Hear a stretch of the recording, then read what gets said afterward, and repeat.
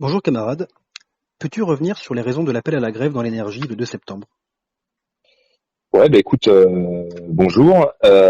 Oui, tout à fait. Alors en fait, nous, ce qui s'est passé, c'est que ça fait plusieurs mois en fait qu'on a décidé au niveau de notre fédération, avec une majorité plus de 80% des syndicats CGT de la branche des industries électriques et gazières, qui ont décidé collectivement de coordonner une grève de type offensive. Alors, ça part d'un constat en fait, notamment sur les retraites en 2023, où notre fédération a quand même été en pointe dans ce combat-là,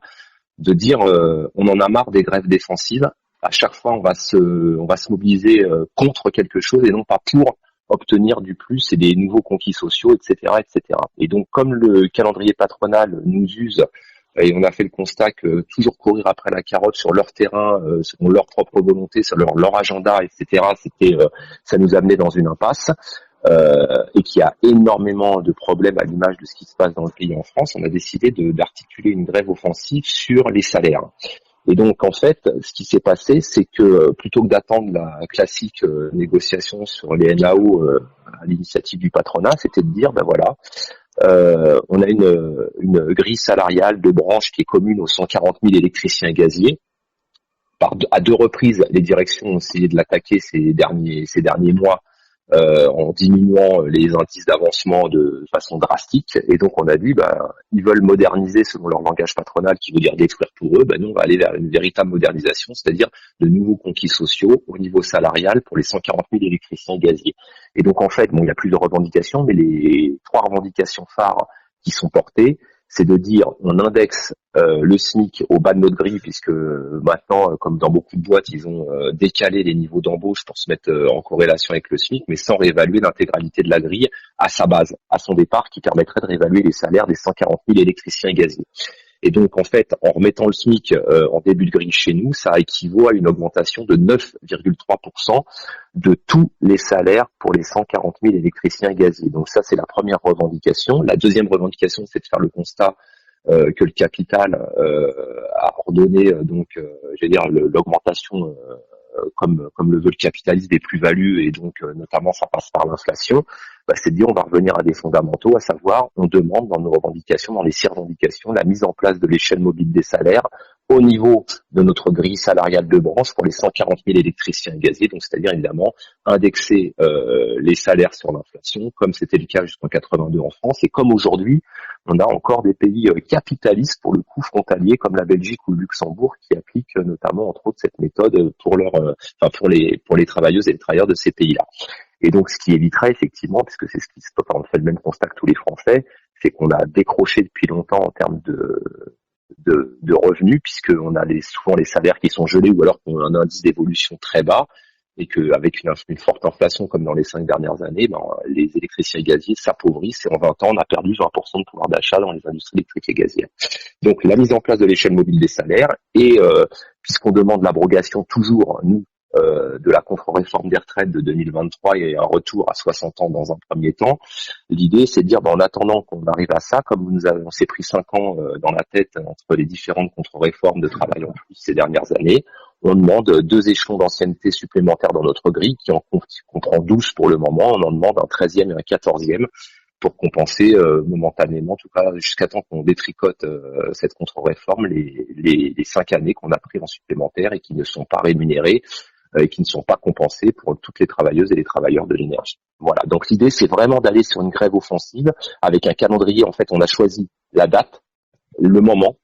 où les 140 000 électriciens et gaziers dans toutes les branches, que ce soit le nucléaire, le transport électrique et gaz, la distribution, la commercialisation, les terminaux méthaniers, tous ce joli petit monde-là, tous nos collègues, on a un bien commun qui est le statut national et notre grille de branche, et on va aller sur nos revendications indépendamment de la volonté patronale. Et à l'heure où je te parle, il y a plus de 200 piquets de grève qui sont annoncés demain partout en France, parce que c'est à partir de demain, dans le cadre d'une grève reconductible, évidemment, puisque en mettant de telles ambitions, c'est pertinemment que c'est pas avec une seule grévette qu'on va y arriver, et que c'est bien en tapant sur l'outil de production capitaliste dans les IEG qu'on va réussir éventuellement à obtenir satisfaction sur nos revendications. Et l'autre aspect, c'est de dire que si on est sur une grève offensive, on a tout l'été travailler là-dessus, ce qui est assez exceptionnel avec une rentrée donc qui s'annonce extrêmement suivie à partir de demain avec plus de 200 piquets de grève, avec une vraie stratégie syndicale de mise en place sur plusieurs mois. Effectivement, les directions de branche ont déjà appelé la fédération, s'inquiétant de ce qui allait pouvoir arriver, puisque c'est complètement nouveau, c'est-à-dire qu'on arrête effectivement de les suivre, d'être aux ordres du patronat ou du gouvernement selon leur agenda propre, et donc d'aller sur un calendrier ouvrier et une stratégie ouvrière qui forcément les court-circuite et les met à mal. Et par ailleurs, et je terminerai là-dessus, si jamais d'aventure on venait à gagner sur nos revendications, forcément, c'est ce qu'on a analysé aussi, ça ouvrirait des perspectives autres bien plus importantes, parce que sur une grève offensive de ce type-là, qui en tout cas touche autant d'agents, hein, donc 140 000 actifs, forcément ça donnerait des perspectives au sein de notre branche, mais bien plus, je pense, au monde du travail en général, et c'est pour ça que, c'est peut-être après avec la suite logique, mais que ça nous paraît tout à fait logique de joindre notre mouvement à celui du 10 septembre et dont on bloque tout, puisque c'est exactement une continuité logique de ce qui est en train de se passer chez nous. Voilà. Du coup, justement, comment cette mobilisation-là, chez les IEG, comment est-ce qu'elle peut s'articuler avec ce grand mouvement de blocage, tu as parlé notamment de grève reconductible, mais avec ce grand mouvement de blocage du pays qui s'annonce le 10 septembre, ou en tout cas, beaucoup y travaillent à partir du 10 septembre.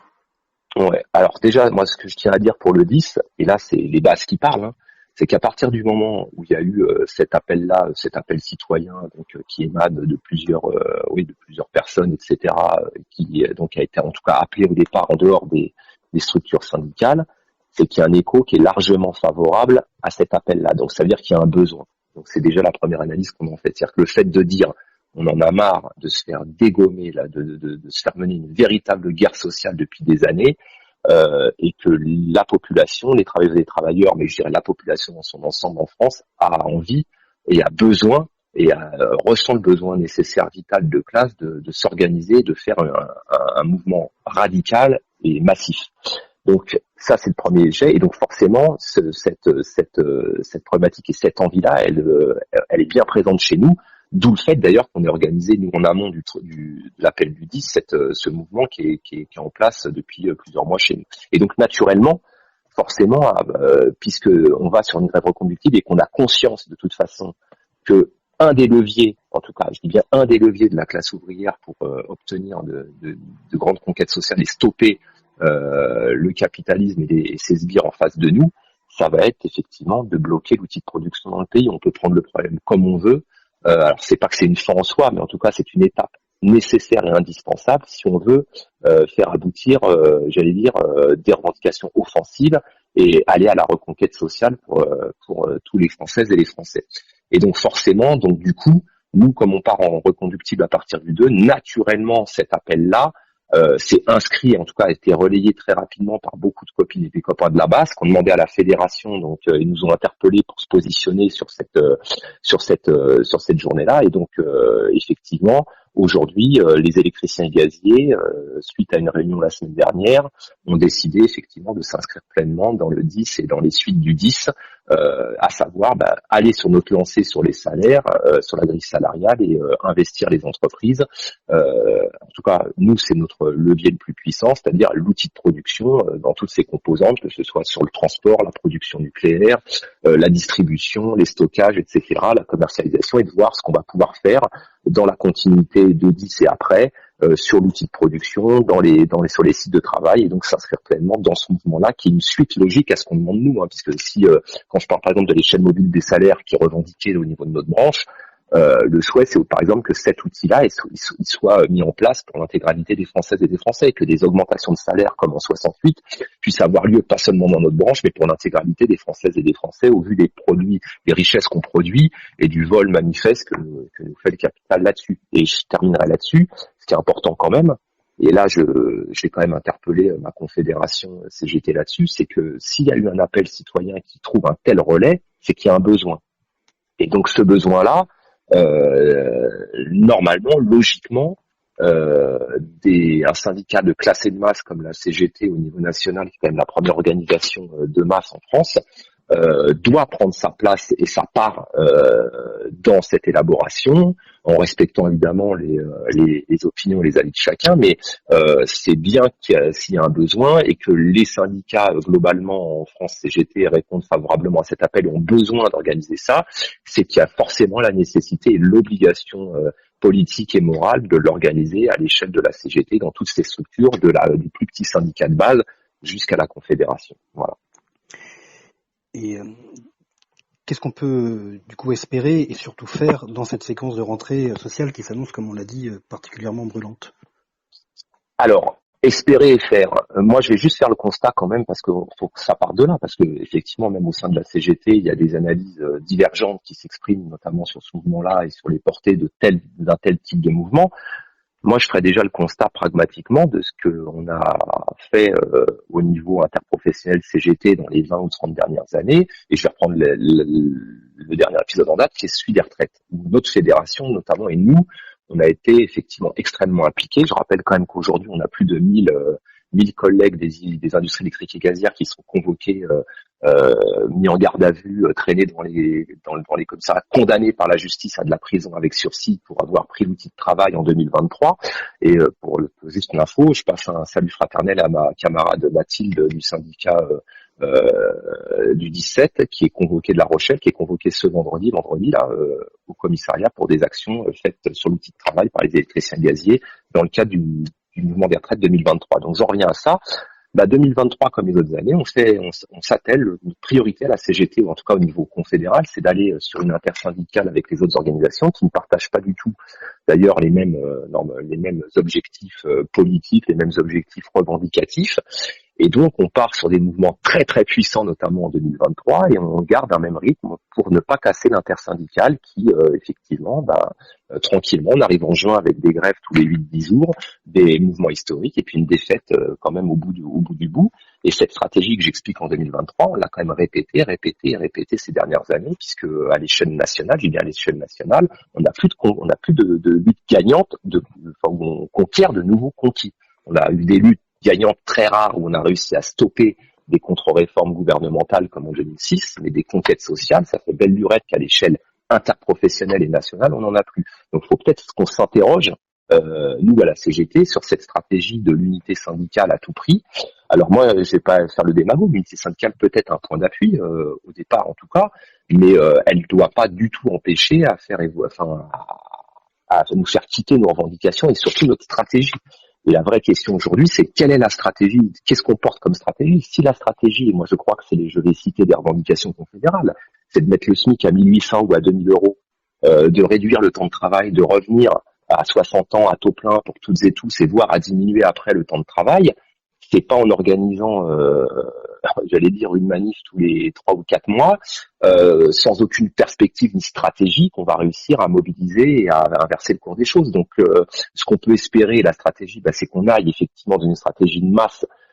où on va sur une reconductible et où on articule une vraie stratégie, c'est-à-dire de dire, voilà, pour arriver à ces revendications-là, c'est-à-dire récupérer des semaines de congés payés, augmentation générale des salaires, reprendre ce qu'on produit avec nos mains et qui rapporte un fric infernal, puisque le CAC 40 a vu ses profits augmenter de presque 10% dans les quelques dernières années. Et c'est donc bien par une stratégie, je suis désolé de le dire, radicale et puissante, qui s'opposera de toute façon à une stratégie radicale et puissante du patronat et du capital. Je veux dire, si personne peut nier la violence extrême qu'on subit depuis 10 ans maintenant en France, et la radicalisation de la bourgeoisie au vu, j'allais dire, de la crise du capitalisme et de son envie continue de faire du profit. Et donc son envie continue de faire du profit, ça va passer par nous défoncer des semaines de congés payés, s'associer avec l'extrême droite et nous envoyer faire des guerres impérialistes s'il le faut pour maintenir l'économie capitaliste en place. Donc ça veut dire que les enjeux, ils sont colossaux, ils sont d'une gravité extrême. Je ne parle même pas de l'avenir écologique de la planète. Donc ça veut dire que ça doit passer par une prise en main, une prise de conscience de la classe ouvrière et qui doit utiliser ces outils partout dans le pays, et notamment la CGT qui est quand même un des principaux outils indispensables aujourd'hui, et je le redis, à la classe ouvrière pour se défendre et surtout pour aller à la conquête sociale et changer radicalement de société, d'ailleurs comme le veut nos principes et la charte d'Amiens. Donc ça veut dire que la stratégie, c'est effectivement de s'inscrire, en tout cas de tout faire de tout faire. Après, on verra, le syndicalisme n'est jamais une assurance vie. Donc, quand j'entends certains camarades qui disent c'est perdu d'avance, ça n'y arrivera pas, ça ne sert à rien, on n'a pas une obligation de résultat et c'est pas une assurance. En tout cas, on a une obligation de mettre tout en place pour sortir de cette ornière et aller vraiment vers des lendemains qui chantent et une reconquête sociale massive pour notre classe sociale. Et je pense qu'un appel à bloquer tout, oui, c'est en bloquant qu'on y arrivera. Alors après, ça se décrète pas, mais ça se construit. Et ça, c'est vraiment le rôle indispensable des syndicats CGT et de tous les CGTistes de participer et activement et de construire une grève radicale dans un environnement radical qui nous est opposé et où, enfin, je vais prendre sur plein d'exemples, hein, où la liberté d'expression est attaquée, où aujourd'hui, quand tu vas lutter contre le colonialisme, notamment euh, de l'armée israélienne ou d'Israël envers la Palestine, bah, sortir un drapeau, tu finis en prison, qu'aujourd'hui tu vas aller faire une grève, tu vas prendre un petit travail, tu vas finir en prison, où les idées fascistes envahissent la télé publique ou les chaînes hertziennes payées par nos impôts à longueur de journée. Donc oui, l'heure est grave et je pense que il faut cet appel est salutaire et qu'en tout état de cause, euh, la CGT doit prendre toute sa place dans cette action-là et dans la construction et la continuité de cette action-là pour aboutir à une victoire sociale d'ampleur dans notre pays. Et en tout cas, on n'a pas le droit de ne pas le tenter.